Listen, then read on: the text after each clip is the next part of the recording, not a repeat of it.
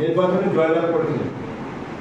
ওই সময় তিনি জনগণের সমস্যার সমাধানে এবং আপনাকে বলি public sector undertaking, state public sector undertaking, সেই জায়গায় কনজিউমার ফেডারেশনও ছিল।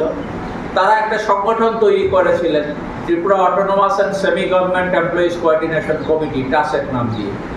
তো সেই সংগঠনের মধ্যে দেখেছি কমরেড জীবন চক্রবর্তী একটা গুরুত্বপূর্ণ ভূমিকা বিভিন্ন সময় পালন করেছে, এবং যে ক্ষেত্রটা মূল যে ক্ষেত্রটা ছিল কনজিউমার্স ফেডারেশন, সেখানটাতে কমরেড জীবন চক্রবর্তী কাজ করার চেষ্টা করেছে। আমরা দেখেছি আমাদের কমরেড জীবন চক্রবর্তী সিপিআইএম এর সদস্য ছিল। কমরেড আমাদের এই সদর মহকুমা, যেটা আগে ওইদিকে শিবনা থেকে আরম্ভ করে ওইদিকে বিশ্রামগঞ্জ পর্যন্ত এলাকা আর ওইদিকে চম্পকনগর পর্যন্ত এলাকা আমাদের সদর মহকুমার অন্তর্ভুক্ত ছিল। পরবর্তী সময়ে এটা ভেঙে বিভিন্ন মহকুমা নতুনভাবে তৈরি হয়। প্রথম এই দিকটা নিয়ে বিশালগড় মহকুমা তৈরি হয়, এবং এই বিশালগড় মহকুমায় কমরেড জীবন চক্রবর্তী কাজ করতে শুরু করে কমিউনিস্ট পার্টির মধ্যে থেকে।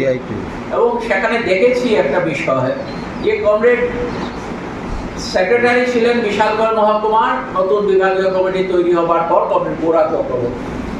কমরেড গোরা চক্রবর্তীর সাথে আজকে নেই। কমরেড গোরা চক্রবর্তী আমাদের এখানে কলকাতায় তিনি অবস্থান করছেন, কারণ তার জন্মস্থান হচ্ছে প্রথম সুব্রত চক্রবর্তী। পরবর্তী সময়ে কমরেড গোরা চক্রবর্তী সেখানে সম্পাদক নির্বাচিত হন।